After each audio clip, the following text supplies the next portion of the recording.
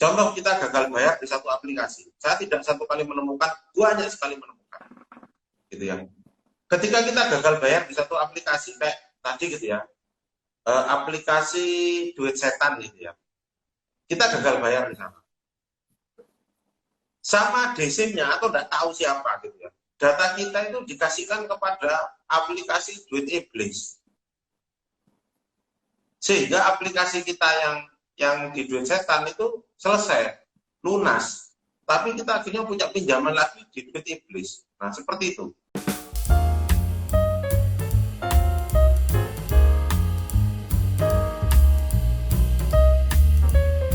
Sebelum kita mulai, jangan lupa untuk subscribe dan tekan tombol loncengnya juga ya, supaya nanti kita bisa kasih informasi yang lebih banyak buat kamu. Terima kasih atas dukungannya. Lanjut. Halo semuanya, selamat datang di live-nya Next Trend. Kali ini, kayaknya udah jam berapa nih? Mau jam 11. Jadi, sekarang kita akan mulai Next Trend Talks lagi. Jadi, apa sih Next Trend Talks? Jadi, gampangnya, Next Trend Talks ini adalah sebuah program reguler dari kita yang akan bahas apa aja sih topik hangat yang lagi diperbincangkan di dunia seputar teknologi, smartphone, gadget, atau isu lainnya. Dan kali ini Next Trend Talks itu dalam rangka Tech Week 2.0 yang diselenggarakan oleh Mail Media Grid Network. Jadi kalian bisa langsung update aja terus nih di sosial media kita untuk update-update terbaru dari Tech Week. Jadi siang ini kita akan bahas tentang aplikasi pinjaman online sebagai alternatif di masa pandemi. Langsung aja kita nanti ketemu sama pakarnya, yaitu Bapak Ahmad Junaidi dari Secret Financial. Sebelum itu, gue mau ingetin lagi, jangan lupa untuk follow semua sosial media Next Trend, ya, Instagram, YouTube, sama Facebook kalau kalian ingin update-update terbaru. Oke, sekarang belum jam 11, kita tunggu lagi. Halo, selamat siang Pak Ahmad. Selamat siang. Oke, sudah bergabung bersama kita Pak Ahmad. Oke, udah oke suaranya. Oke. Oke, udah. Ini udah bergabung bersama kita Pak Ahmad Junaidi, advokat dan bisnis konsultan, sekaligus owner dari akun Secret Financial. Oke, jadi gini Pak, kita kan hari ini mau bahas nih tentang pinjaman online yang lagi banyak banget dibutuhkan dan juga dibicarakan sih sama masyarakat karena lagi kondisi yang sulit seperti ini. Tapi sebelumnya boleh Pak perkenalkan diri dulu. Ini lagi ngapain aja sih Pak sekarang, dan Secret Financial itu sendiri tuh apa sih? Ya. Terima kasih dari Next Trend. Kalau saya hari-hari sebagai advokat dan kebetulan banyak menangani perkara masalah hutang piutang yang ada di masyarakat. Terkait pada masalah pinjaman online ini merupakan salah satu bentuk dari fintech ya, finansial teknologi, di mana ada 3 produk, yaitu pinjol, pinjaman online, e-money, dan equity crowdfunding. Nah, terkait dengan masalah pinjaman online ini kan merupakan pinjaman yang dipermudah bagi masyarakat, di mana hanya cukup dengan data diri dan melalui aplikasi mereka sudah bisa mendapatkan sejumlah uang gitu ya untuk mendapatkan pinjaman dengan segala kebaikan dan keburukannya seperti itu. Mungkin yang yang jadi permasalahan di pinjaman online itu yang pertama, kalau menurut saya, masyarakat belum banyak teredukasi terkait dengan dampak pinjaman online.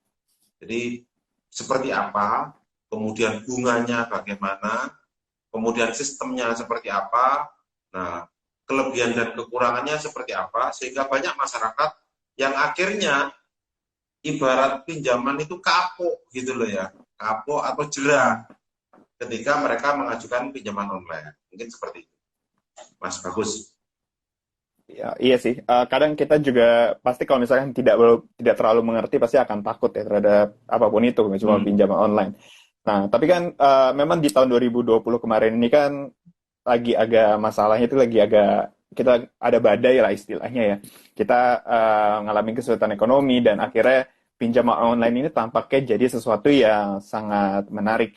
Dan pada akhirnya nggak sedikit juga sih yang akhirnya terjebak dengan permasalahan dari efek negatif ya kita bilangnya dari pinjaman online ini. Ada yang dikejar-kejar debt collector, ada juga yang apa yang gagal bayar gitu. Nah, tapi seperti tadi kan Mas bilang ada masalah masyarakat itu tidak tahu. Sebenarnya pinjaman online, pinjol atau pinjaman online itu apa sih Mas? Apa semua yang tidak ketemu langsung itu bisa dikatakan pinjaman online? Karena mungkin ada beberapa yang masih belum mengerti nih. Pinjaman online itu apakah harus internet? Bisakah ada juga pinjaman yang lewat SMS? Ada juga kan? Nah, itu apakah juga bisa dibilang pinjaman online? Ya, kenapa kok disebut pinjaman online ya? Karena pinjamannya, jadi kalau kita melihat dalam aturannya itu yang menggunakan teknologi, jadi tidak melalui tatap muka secara langsung gitu ya. Kemudian yang kedua syaratnya, nanti meskipun itu melalui SMS, itu akan dikirim pada satu aplikasi tertentu, di mana nanti Oke. mendasari itu kita bisa mengajukan pinjaman. Nah, kendala terberat dari pinjaman online itu ketika masyarakat yang mengajukan pinjaman itu tidak siap dengan segala risikonya. Memang karena dampak pandemi ini banyak di awal-awal pandemi ya, kira-kira awal tahun kemarin itu drop. Jadi pinjaman online itu banyak close, tapi akhir-akhir ini marak lagi, gitu ya. Meskipun begini, pinjaman online ini satu lembaga aplikasi ya, di mana harusnya dia itu menggunakan di bawah naungan otoritas jasa keuangan atau lebih simpel kita sebut OJK, tetapi sampai dengan saat ini prosentase dari aplikasi yang diawasi, dinaungi atau berizin atau bahasa hukumnya kita sering familiarnya itu legal dan ilegal. Yang legal itu hanya sekian persen dari yang ilegal. Nah, itu seperti itu, Mas Bagus. Jadi masyarakat di sini memang satu lebih mudah mengajukan pinjaman gitu ya. Lebih mudah, bahkan sangat mudah gitu ya ngajukan. Hanya tinggal apa ya, kedip-kedip gitu ya, ngangguk-ngangguk gitu ya. Nyerahin data gitu Itu ya. sudah dapat pinjaman gitu ya. Nah, waktunya ditagih tinggal geleng-geleng aja orang-orang ini ya. Itu seperti itu, Iya. Mas Bagus. Nah, tadi kan sempat nyebut OJK. Nah, ini kan kadang kayaknya saat ini hal yang paling mudah untuk menentukan sebuah lembaga pinjaman online ini legal apa enggak, kayak ini ada di bawah OJK gitu. Nah, bagaimana Ya. sih cara kita bisa mengenali pinjaman online yang benar-benar resmi di OJK ya, atau mengenali ini adalah pinjaman online yang legal? Karena kan kayaknya kalau nambahin logo OJK di branding mereka kan suatu hal yang mudah ya, bisa dilakukan semua orang. Tapi bagaimana sih cara dari kita Betul. sendiri untuk tahu ini tuh pinjaman online yang legal di bawah OJK? Jadi yang pertama gini, pinjaman online itu saya bagi menjadi tiga ya, bukan saya yang bagi. Jadi dari mana? Dari OJK sendiri itu yang membagi. Yang pertama, yang sudah memiliki izin operasional oleh OJK seperti itu. Yang kedua, yang dalam proses atau masih terdaftar di OJK. Jadi kalau izin mereka sudah bisa menjalankan kegiatan perpinjolan ini, Mas Bagus. Tapi kalau hanya baru terdaftar, mereka hanya mendaftarkan perusahaannya jadi pinjol, kemudian perusahaannya jadi OJK. Nah, seluruh perizinannya belum lengkap. Harusnya kalau kita lihat aturannya itu tidak bisa mereka menjalankan kegiatan operasionalnya sebelum izin mereka sudah lengkap. Mungkin kalau aturan resminya diatur di Undang-Undang Perlindungan Konsumen yang menyatakan bahwa pelaku usaha itu wajib memenuhi segala ketentuannya sebelum mereka menjalankan operasional. Kemudian selanjutnya, ketika yang satu itu sudah berizin, memiliki izin operasional, yang kedua itu terdaftar, nah yang paling parah itu ilegal. Jadi tidak punya izin sama sekali gitu loh ya. Hanya by aplikasi aja mereka sudah memberikan pinjaman kepada masyarakat. Nah ini, sebagian besar, paling banyak, jadi porsi yang paling banyak. Kalau kita lihat kemarin di website OJK hanya 100 berapa yang memiliki izin dan terdaftar. Jadi izin dan terdaftar itu hanya 100 lebih. Sedangkan ratusan lainnya, nah itu tidak ilegal semua. Gitu ya. Nah makanya saya melihat itu karena dari OJK sendiri menurut saya kurang ada suatu ketegasan untuk mengawasi bagaimana pinjol ini aplikasi, saya tidak menyebut perusahaan ya, aplikasi ini tumbuh subur di Indonesia.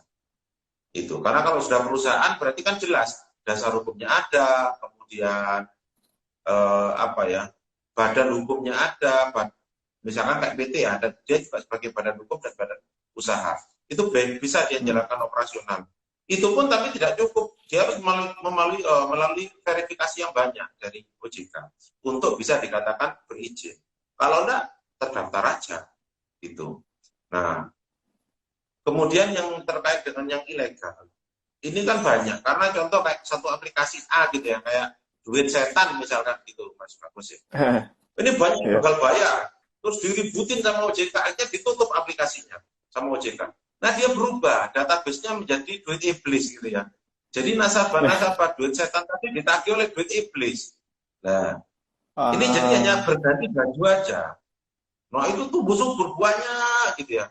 Masalah satu ganti baju yang lain, masalah satu ganti baju yang lain. Nah ini menurut saya harus ada suatu ketegasan dari OJK untuk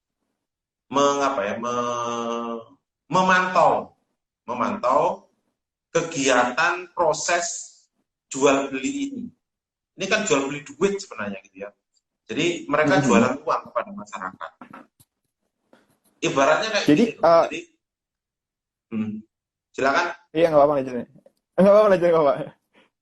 Jadi ibaratnya gini, Mas Bagus. Kita yang jualan kecil-kecil aja gitu ya. Yang bukan sesuatu yang berbahaya gitu ya.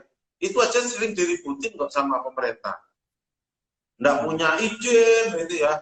Contoh kita jualan, nggak punya izin apa buat PKL diobrak sama Satpol PP.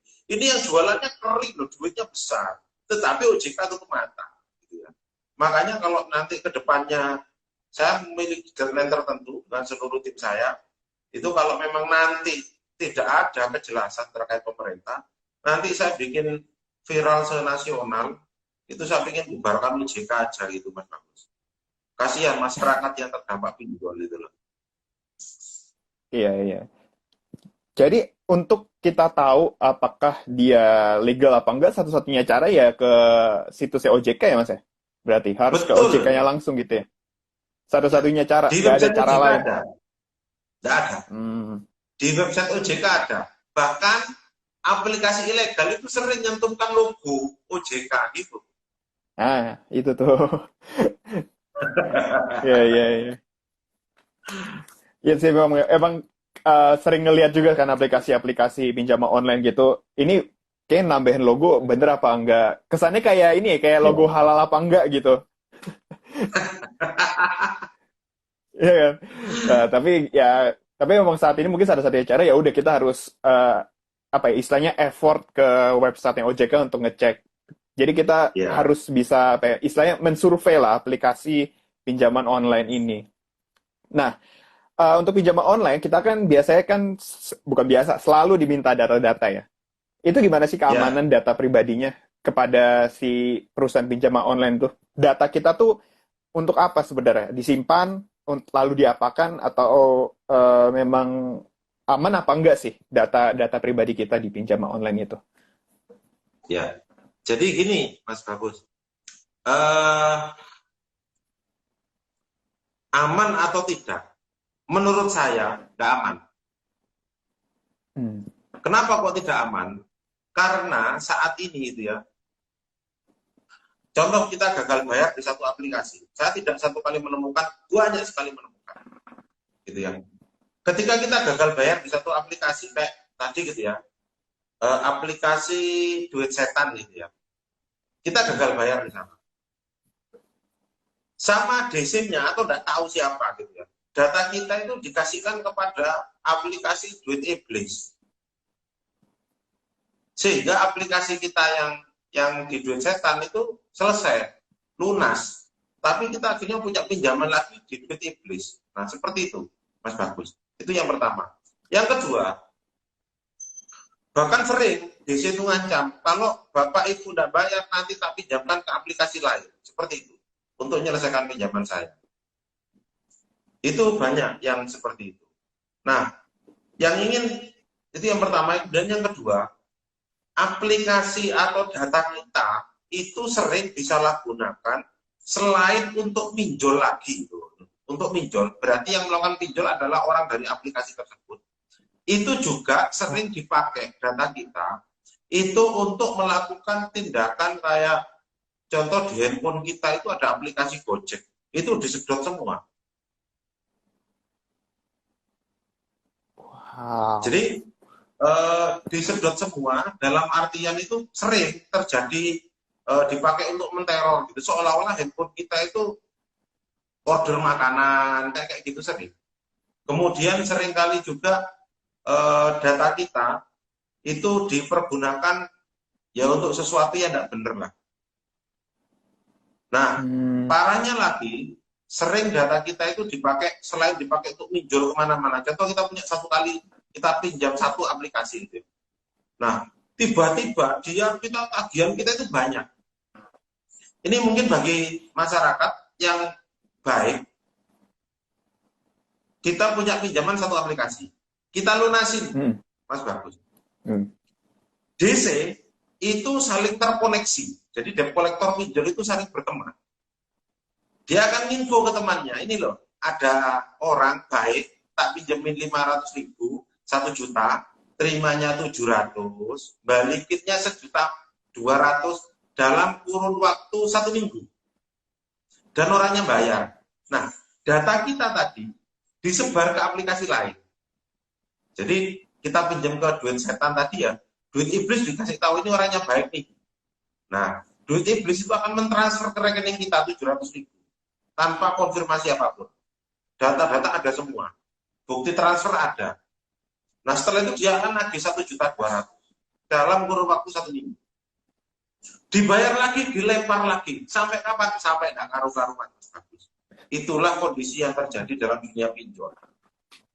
Itu beneran, Mas? Beneran terjadi? Iya. Bahaya sekali berarti ya? Kayak jadi orang baik aja kayak salah juga. Iya ya, kayak jadi orang baik juga salah.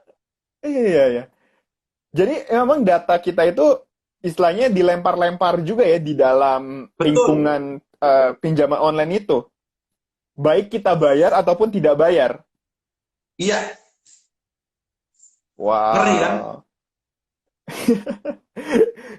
Nah itu kan itu bicara data ya. Nah terus let's say kalau misalkan kita belum bayar atau mungkin gagal bayar, ini juga yang jadi ini selain data tuh ini juga jadi momok menakutkan juga sih dari pinjaman online, yaitu tentang penagihan.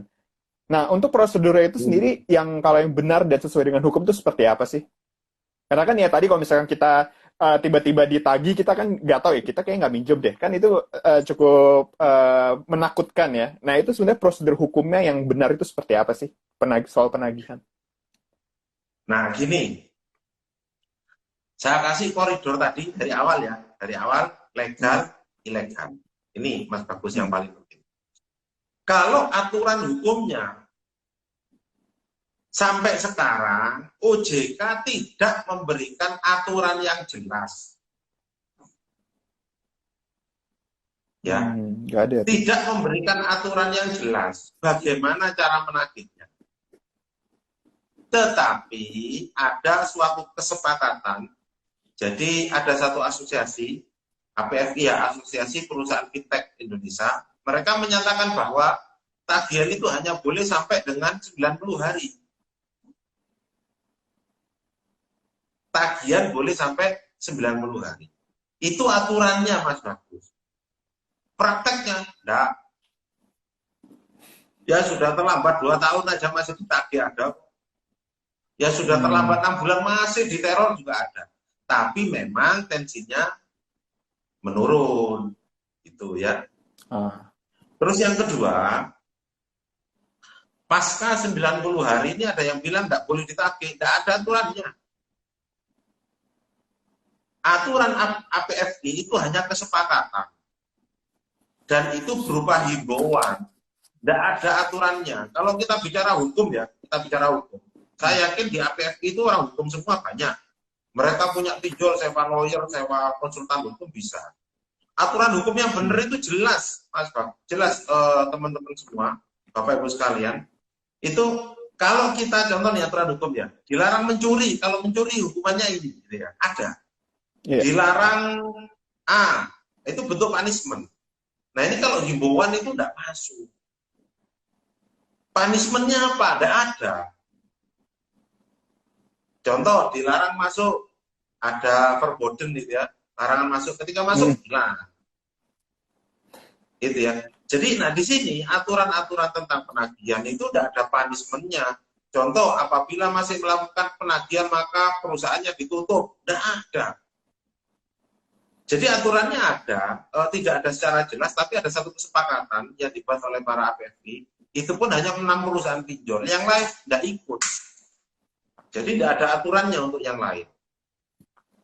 Makanya oleh karena itu, karena tidak adanya tidak adanya aturan yang jelas tentang masalah penagihan ini, menurut saya OJK tutup mata terhadap apa yang terjadi di masyarakat. Nah ini ada yang tanya Mas, coba saya jawab ya. Bagaimana tentang keamanan data kalau di praktek pinjol yang data di-share antar pinjol itu tidak dilindungi hukum ya? Dari siapa dia? KFCPD. Keberadaan mereka aja sudah tidak dilindungi hukum kok. Makanya saya kemarin ada satu majalah, namanya Surya Nenggala. Artikel saya sampaikan, ketika negara kita itu keok lawan pinjol, kejem Mas judulnya. Itu tulisan saya. Karena apa? Ketika kemarin kita ribut ke DPRD diam, ke Kominfo diam ya. Katanya itu urusannya OJK tutup mata. Ke kepolisian susah kalau tidak ada laporan, jadi tidak jelas ini maunya gimana masyarakat yang terjebak dalam dunia pinjol ini gitu loh ya. Ini kan salah satu menurut saya yang harus kita benahi bareng-bareng. Nah, kalau pengacara agak susah benahinya karena mungkin tidak ada duitnya Mas Bagus gitu ya. Jadi memang keberadaan mereka aja sudah melanggar hukum kok. Mereka jalankan bisnis tidak pakai aturan. Apalagi suruh bikin aturan tidak boleh memperjualbelikan data gitu ya. Adanya aja loh sudah masalah, apalagi tingkah lakunya gitu ya. Gitu menurut saya Mas Bagus. Jadi memang aturannya tentang masalah penagihan itu belum ada sampai sekarang, hanya ada satu kesepakatan dan kesepakatan itu pun juga tidak dipatuhi oleh aturannya gitu ya. Yang legal aja contoh kayak banyak aplikasi legal lah, kerjanya sama, nyebar data, neror tetangga, neror kontak, bikin gambar porno ya kayak gitulah gitu ya. Bikin pusing semua masyarakat itu ya. Jadi untuk pinjaman online dan penagihan ini memang belum ada aturan main yang baku dari negara gitu ya? Belum ada ya? Aturannya gini Mas. Aturan keberadaannya ada. Punishment-nya yang tidak ada. Oke. Nah, itu kan untuk penagihan. Tapi kalau misalkan kita nih sebagai peminjam atau debitur itu ada nggak perlindungan hukumnya? Anggaplah konsumen dari si pinjol ini. Gini, saya memiliki grup kebetulan di Secret Finansial, Bapak Ibu sekalian. Itu di YouTube saya ada satu channel namanya Secret Finansial, followernya lumayan sudah banyak, 100.000 lebih. Nah, di sana pasca dari mereka kebanyakan dari grup peminjol atau yang terkait dengan masalah utang, gitu ya. Nah, terkait dengan masalah itu, khusus masalah pinjol, saya mewadahi mereka dalam satu grup WA, WhatsApp, ya, di mana total grup kita sudah hampir 110 grup. Per daerah sekarang saya bikin itu. Jadi saking banyaknya, anggap sekarang 110 grup, tiap grup itu ada sekitar 150 orang. Berarti berapa ratus ribu gitu ya, berapa puluh ribu yang ada di WA saya gitu ya. Admin saya 100 orang lebih, untuk khusus ngurusi para korban pinjol. Nah, kenapa kok sampai seperti itu? Karena negara tidak memberikan perlindungan maksimal bagi mereka. Jadi korban-korban ini, para pemain ini kan tidak tahu gitu ya. Saya tidak menyebut korban, tapi pelaku pinjol. Saya termasuk korban pinjol, Pak. Enggak, Anda pelaku karena Anda melakukan pinjol itu dengan wajar, terima duit juga. Kalau korban pemerkosaan gitu ya. Nah, orang nggak ngapa-ngapain diperkosa, itu korban. Kalau Anda kan melakukannya dengan sadar gitu ya. Jadi ada pelaku pinjol. Cuman tidak sadar dampaknya akan seperti itu ketika Anda gagal bayar. Nih, tak kasih satu clue, Mas Bagus. Jadi untuk semua rekan-rekan di Next Trend, pinjol itu ketika kita lancar, kita akan di top up. Ketika kita lancar, data kita akan dikasihkan kepada yang lain. Itu. Sampai kapan kita seperti itu? Sampai kita sudah berhenti bayar. Baru tidak diperjualbelikan lagi data kita. Baru kita tidak di top up lagi. Itu. Nah, berarti endingnya adalah gagal bayar. Itu. Nah, terus perlindungan hukumnya seperti apa? Baik OJK atau yang lain-lain dari pihak kepolisian sudah banyak kita itu bikin pengaduan lewat anggota saya, lewat teman-teman di lapangan, banyak. Tetapi teman-teman Bayangkara sepertinya masih tutup mata terkait dengan pengaduan pinjol ini. Nah, sama BPKN, Badan Perlindungan Konsumen juga sama. Saya lahir besar di dunia lembaga perlindungan konsumen, Mas Bagus. Nah, sehingga saya tahu stakeholder apa yang harusnya melindungi masyarakat ini terkait dengan praktek pinjol ini. Itu saya paham benar. Tetapi mereka terkait dengan pinjol ini seolah-olah tutup mata, diam. What's wrong? Ibaratnya saat ini masyarakat itu lagi masalah semua terkait pinjol ini. Tetapi kenapa para stakeholder negara ini diam? Nah, ini kan tidak ada yang bergerak.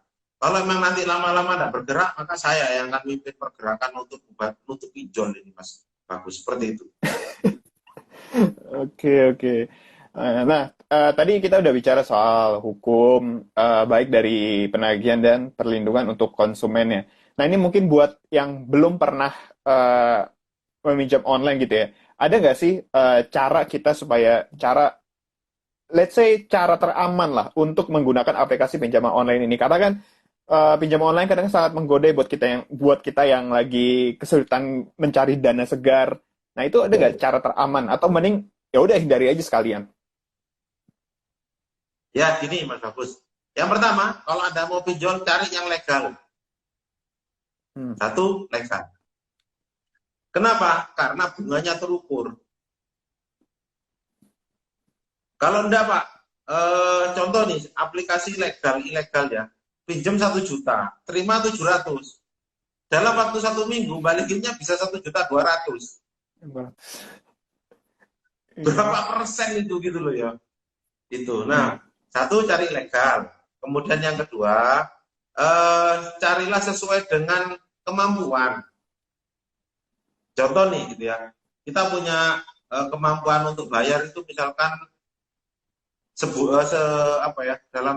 karena kalau legal itu teman-teman sekalian, tenornya lebih panjang. Jadi tenornya lebih panjang. Meskipun saat ini yang legal itu ikut-ikutan jadi legal, kasih tenor pendek-pendek gitu ya. Nah, ada beberapa aplikasi yang dia memberikan tenor panjang, misalkan 36 kali gitu ya. Itu banyak gitu ya. Kemudian yang kedua, kalau toh pinjaman terkait dengan contoh nih, kita butuh untuk apa sih misalkan? Contoh untuk beli handphone. Nah, silakan ambil kreditnya di FIF misalkan. Bukan saya orang FIF loh ya. Spektra, kemudian Adira apa ya? Adira yang udah punya nama gitu ya. Jadi langsung seperti itu. Jangan ngambil pinjol buat beli handphone karena term waktunya pasti habis. Kalah. Gitu. Jadi mungkin bagi teman-teman yang mau ngajukan pinjaman online, saran saya seperti itu. Kalau ilegal, tidak beradab, Mas. Gitu ya, tidak punya aturan mereka, gitu ya. Kita sebagai manusia kayak dijadikan hewan aja. Itu kalau maki-maki ya kebun binatang keluar semua lah. Itu. Jadi pinjaman online itu memang ada produk-produknya sendiri dan biasanya didesain khusus untuk ya untuk ada yang uang segar, ada yang juga untuk beli HP gitu-gitu ya Mas ya. Ada banyak seperti itu. Kayak beberapa Hmm. kayak aku laku itu kan pinjaman semua, bahkan mereka lebih baik. Gitu ya. Atau mungkin teman-teman sekalian kalau ngajukan pinjaman, coba yang affiliate dengan marketplace. Ah, iya Kayak iya betul betul. paylater kayak gitu ya. Kan lagi rame Hmm, ya hmm, kayak hmm. Shopee paylater atau apa gitu. Cari aja di situ gitu ya. Butuh apa kita di Shopee misalkan cari aja barangnya ajukan Shopee paylater. Itu lebih beradab daripada pinjol ya. Hmm, hmm, hmm, hmm. Ini Iya dampak iya. pinjol ini sangat merusak lahir batin Pak Jun, Pak. Ini agak ngeri ya. Saya Iya tunggu iya. pergerakan Oke, Pak nanti Jun. kita Oke, mantap. nanti kita akan masuk ke pertanyaan, tapi ini pertanyaan terakhir buat Mas Jun dari saya sih. Tadi kan kita udah ngomong Hmm, hal-hal yang negatif ya. Sebenarnya pinjaman online itu ada efek positifnya nggak sih? ada. Yang pertama Apa tuh? masyarakat dapat duit. Hmm. Itu. Cuman kalau bagi saya gila, Mas. Gitu ya. Bagi saya, gitu ya. Kalau mau pinjem, tidak dibayar, ya pinjem yang ilegal aja. Hmm. Kalau mau tidak dibayar, tapi kalau dibayar ya yang legal. Kenapa? Karena masuknya BI checking nanti, kalau yang legal. Jadi kedepannya nanti akan terdampak. Bagi teman-teman yang ingin mengajukan KPR, kita kan tidak tahu ya nanti kedepannya seperti apa. Nah, saran saya kalau mau pinjam baik, cari yang legal. Sehingga apa? Yang ilegal-ilegal ini akan menuju ke legal nantinya, gitu ya. Akan berusaha memperbaiki Hmm. perusahaannya, gitu. Itu seperti itu. Nah, dampak positifnya mungkin bagi masyarakat yang lagi butuh uang dalam waktu dekat. Contoh nih, kita ngadakan Hmm. BPKB gitu ya. BPKB motor 4 juta. Motornya 4 juta, mungkin pinjol bisa dapat itu jaminan BPKB ya, kita dapat 2 juta, 1 juta, 2 juta, kalau ke koperasi kan dapat dapat segitu. Tetapi kalau dengan pinjol kita tanpa jaminan cukup dengan KTP kita bisa dapat 1 juta, 2 juta, bahkan ada beberapa yang bisa sampai di angka 5 juta. Nah, pinjol ini kan baik gitu ya, memberikan kita pinjaman dikala kita lagi susah. Itu seperti itu. Meskipun menurut saya kalau Anda ini kan bagi yang Anda tidak punya jaminan. Tapi kalau Anda punya jaminan kayak BPKB, coba ajukan pemerintah kepada KUR ya. Satu motor kan bisa dapat 25 juta, kan lumayan itu. Daripada Anda ngajukan Hmm. ke pinjol. Teman-teman kan banyak saudara, teman saudara yang punya motor, pinjam aja, ajukan ke mana? Ke KUR sehingga bisa lebih baik. Kemudian yang kedua, mungkin nilai positif dari pinjol ini masyarakat akan teredukasi bahwa sesuatu yang mudah itu pasti memiliki resiko besar di belakang.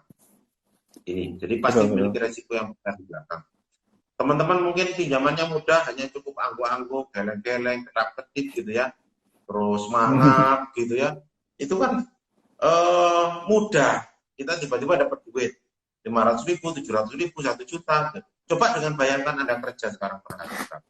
Tapi Anda tidak pikirkan, itu nanti harus kembalikan uangnya dan nilainya berkali-kali lipat dari pinjaman Anda. Mungkin seperti itu. Jadi nilai positif dari pinjaman online. Mas Bagus. Oke. Oke, sekarang kita jawab pertanyaan ya dari beberapa yang sudah menonton live kita hari ini. Pertama nih dari Oke. Waidava. Kata OJK, pinjol ilegal ini kan sulit diberantas karena ganti-ganti nama aplikasi. Habis birokrasi blokir yang lama lewat Kominfo terus bikin nama baru. Kenapa polisi nggak blokir rekeningnya aja sih? Nah, silakan Pak dijawab. Kenapa kok polisi tidak blokir rekeningnya? Karena rekeningnya setiap hari berganti. Hmm, gitu. Rekeningnya itu tidak pernah memberikan nomor rekening, tetapi yang diberikan Hmm, itu adalah nomor virtual account. Kebanyakan bank permata. oh gitu. Jadi ketika kita bayar, saya tidak tadi kali-kali mas gitu ya. Takut nanti gerbek permata biasa saya. Saya seorang orang apa ya, seorang praktisi hukum. Saya tahu ring mana yang saya sampaikan gitu ya. Kalau Hmm, kebanyakan permata gitu ya, bank permata. Nah, dasarnya apa? Pakai virtual account mereka. Kita bayar itu pakai virtual account. Jadi kita iya, iya, tidak betul. tahu nomor rekeningnya berapa yang asli. Ketika kita mau mengajukan, susah. Nomor rekeningnya yang asli tidak ada. Ada ketika kita ditransfer, itu sama juga berganti-ganti. Gitu ya. Nomor kadang dari nama ini, kadang dari nama ini, nama ini gitu ya. Itu banyak. Jadi susah kita untuk blokir. Bahkan ini kalau mau kejem-kejeman. Kalau memang polisi mau memblokir rekeningnya, tak siapin 100 pengaduan per hari saya siap. Oh, ya gimana? Sebanyak itu ya? Siap. Iya, 100 sudah. Pak Jun, nomor rekeningnya per hari 100. Ayo kita blokir bareng-bareng. Siap. Ayo. Tinggal nak kumpulin aja. Nah, gitu. Cuma diem polisi itu, tidak tahu saya kenapa gitu ya. Ibaratnya ini ada, terus gini lah, ada orang dipukulin gitu loh ya. Nah, polisi tidak lihat. Polisi kita sampai itu ada orang dipukulin. Terus polisi diem aja tutup mata gitu loh. Tidak tahu buat wrong ada apa dengan teman-teman Bayangkara ini. Iya, iya. Oke, oke. Pertanyaan selanjutnya masih dari KCF VD. Ini bos saya, Mas. Jadi apa yang harus kita lakukan agar OJK atau pemerintah mau menanggapi pinjol ini agar serius? Soalnya masa ekonomi sulit, pinjol ini sangat menggoda. Jadi gini, kalau apa yang harus dilakukan agar OJK ya, ini yang menurut saya kemarin sempat mau kita demo serentak seluruh OJK seluruh Indonesia terkait dengan pinjol. Karena apa? Kita bersurat ke OJK juga sudah pernah, komplain ke OJK juga sudah pernah, gitu ya. Tetapi tidak pernah mendapatkan respon yang memadai terkait dengan perilaku perpinjolan ini, gitu ya. Makanya kemarin saya yang terbentur dengan pandemi ya. Kemarin sempat kita mau mengadakan, sudah susun rencana juga, rundown sampai acara itu. Kita mau ngumpulin korban pinjol, saya kemarin itu ngumpulin para korban pinjol di Silang Monas. Cuman kemarin terbentur dengan acara coro ini, pandemi coro ini, sehingga tidak berani gitu ya. Nah, tetapi ini mungkin gitu ya, kalau ini berterus-terusan terus-terusan ini tidak direspon, dalam menurut saya nanti sampai tengah tahun atau akhir tahun itu saya akan bikin viral mungkin beberapa hari, bubarkan OJK kayak gitu, hashtag kayak gitu, dalam beberapa hari follower saya banyak, tim di grup WhatsApp saya sudah ratusan ribu orang, puluhan ribu orang, maaf. Jadi nanti mungkin saya akan minta install Twitter atau apa gitu dalam waktu sehari ya. Nanti kita bikin viral se-Indonesia, terus nanti kalau masih susah lagi tak demo OJK se-Indonesia gitu ya.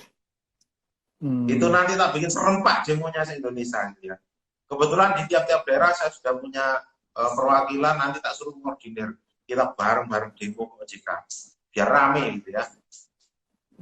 Tapi berarti emang saat ini ya kita nggak punya apa ya, kayak let's say undang-undang khusus gitu ya untuk membahas pinjol ini. Ataupun pembahasan itu juga nggak ada? Nggak ada. Kita sampai ke DPR juga nggak ada. Ke DPRD sudah sering. Kayak kemarin Bandung itu malah sempat kita main juga, ada ya beberapa daerah ada sempat DPR RI bahkan saya sempat sonding juga gitu ya. Bagi mereka mungkin tidak ada duitnya, Mas. Bagus gitu ya. Tidak ada duitnya, tidak layak diperjuangkan gitu. Tapi kalau waktunya pemilihan kayak kemarin bingung. Pak Jun punya masa berapa gitu ya. Wah, susah. Ini pertanyaan lagi nih Pak dari Fahmi. Bagaimana status BI checking untuk para konsumen yang memutuskan untuk gagal bayar, Pak? BI checking. Oke. Yang pertama, kalau pinjol ilegal, clear, tidak masalah. Karena tidak mungkin masuk ke BI checking itu sekarang jadi selik ya. Ke BI checkingnya bisa sampai. BI checkingnya pasti aman kalau ilegal. Yang kedua, kalau legal, tidak semua aplikasi pinjol legal memasukkan BI checkingnya. Untuk memastikannya, silahkan cek BI checking atau slip ke kantor OJK terdekat. Nanti lihat mana yang masuk, Anda bayar. Bayarnya pun jangan penuh, minta cut loss. Pinjaman misalkan 5 juta, ya kalau boleh tak lunasin 2,5 juta, boleh kok. Hmm, Gitu caranya Mas. oke. Dampaknya kalau legal seperti itu. Ini dari tadi banyak nih Pak. Masanya kayak berkumpul di sini nih. Ini ada yang tanya lagi, Roya Hayati 1616 mau nanya Pak, berdampakkah nantinya seandainya dalam satu kakak ada yang slik OJK namanya istri atau suami untuk kedepannya, seandainya nanti ada mau mengambil BTN rumah gitu, bisa lolos atau tidak ya? Gini, kalau Anda terkena BI checking, bukan hanya pinjol aja, mungkin bisa kartu kredit ataupun yang lain gitu ya. Itu bukan kartu mati, Anda tidak bisa ngutang. Satu. Yang kedua, jangan malu kalau BI checkingnya jelek. Nggak ada orang BI checkingnya jelek itu mukanya hitam separuh itu nggak ada. Bahkan mungkin Anda ketemu orang banyak mungkin BI checkingnya jelek-jelek gitu ya. Itu. Iya. Nah, terus bagaimana Pak kalau saya ingin KPR? Bahkan dua-duanya jelek, suami istri sekalipun jelek, masih bisa KPR kok. Caranya Pak, cari iklan. Iklan over kredit rumah. Ganti DP. Itu lebih menguntungkan daripada Anda KPR di awal. Over kredit, cari ganti DP-nya berapa. Banyak sekarang yang kolek-kolek dia. Hanya minta ganti DP. Berarti sekian kali dia langsung dihilangkan sama dia. Berarti Anda KPR-nya lebih murah. Menurut saya seperti itu. Kemudian yang kedua, begitu Anda dapat rumahnya, ajak ke notaris, bikin akte PPJB, kredit rumah, PPJB atau IJB, surat kuasa mengambil sertifikat kalau Anda lunas, kemudian kuasa pengosongan, kuasa balik nama, ada 5 akte di notaris. Mendasar itu Anda terusin cicilnya. Sampai lunas Anda ambil BPKB, Anda mendasari akte yang tadi, Anda balik nama ke atas nama Anda. Selesai kan? Jadi tidak ada satu kalau Anda BCK-nya terlanjur jelek, terus gara-gara pinjol Anda harus bayar semua. Sudah stop bayar. Kalau hanya ingin ngambil rumah, salah satu strateginya seperti itu. Yang lain Pak, nanti longgar, nanti tak carikan yang lain. Oke. Ini terakhir dari penonton deh ya. Unga BXX. Maaf Pak, pas balik nama itu selikitan nggak dilihat ya? Enggak, Nggak. Oke. enggak dilihat. Ini oke, saya ada pertanyaan terakhir sih. Ini sekalian pertanyaan penutup aja. Ada nggak Pak kiat-kiat ngutang lewat kiat-kiat ngutang tanpa lewat pinjol untuk pandemi seperti ini? Karena kan ya pasti banyak yang tetap butuh uang ya Pak ya. Ada nggak sih kiat-kiat? Yang pertama, kebutuhannya untuk apa? Kalau kebutuhan Anda untuk usaha, negara itu memberikan kur. Lumayan kurnya. Kur itu kredit usaha pokok ya. Bukan, kredit usaha rakyat. Jadi, kalau Anda punya jaminan BPKB, satu motor harganya 4 juta, pinjemin ke kur. Itu dapatnya 25 juta. Lebih enak, BRI lagi, tidak mungkin ngambil kendaraannya. Anda pakai kendaraannya sampai kapanpun. Duitnya Anda terima. Kalau tidak punya BPKB, Pak, makelar di tempat Anda, motor kan banyak. Pak, motornya dijual berapa? Misalkan 5 juta ada. Saya iyain, tak beli Pak, tapi nunggu pencairan kredit. Tak ambil, kalau nanti kredit saya cair 25 juta, nanti tak kasih bonus Pak, 5 juta 500. Tapi kalau tidak cair Pak kredit saya tidak jadi beli. Makelar kan kesusahan juga cari motor sekarang, gitu ya, jual motor. Ya, majukan itu. Kalau 2 motor Pak, 50 juta. 3 motor tetap 50 juta, 4 motor tetap 50 juta. Maksimalnya 50 juta untuk kur ya. Jadi itu kredit yang diberikan oleh fasilitas negara gitu ya untuk masyarakat yang terdampak dengan pandemi. Tapi kalau Anda lebih besar lagi sampai 250, ada teknisnya. Nah, ada teknisnya. Nanti coba agak rumit sedikit karena ada beberapa mekanisme yang harus ditempuh. Tapi kalau kur, meskipun BI checking jelek, kayaknya masih oke. Gitu ya. Tapi 25 juta. Oke. Mungkin ini untuk masalah Oke, sekarang udah kita udah hampir 1 jam dan live Instagram Oke. maksimal 1 jam. Sayang banget sih waktunya cuma sebentar karena ini kayak topiknya cukup seru. Tunggu bentar, kayaknya masih ada pertanyaan deh. Eh, Bagaimana Pak solusinya kalau udah gagal bayar di pinjol ilegal?